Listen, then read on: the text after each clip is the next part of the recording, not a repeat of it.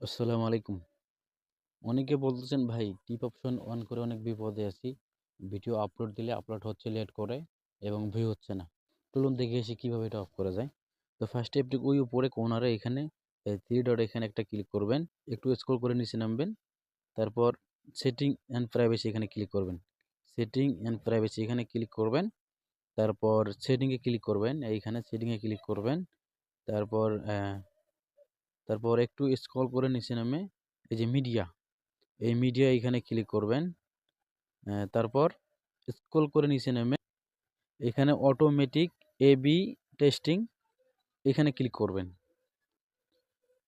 তারপর এই যে এটা যদি এটা অন থাকবে আপনারা এটা অন থাকবে আপনারা এটা অফ করে দেবেন।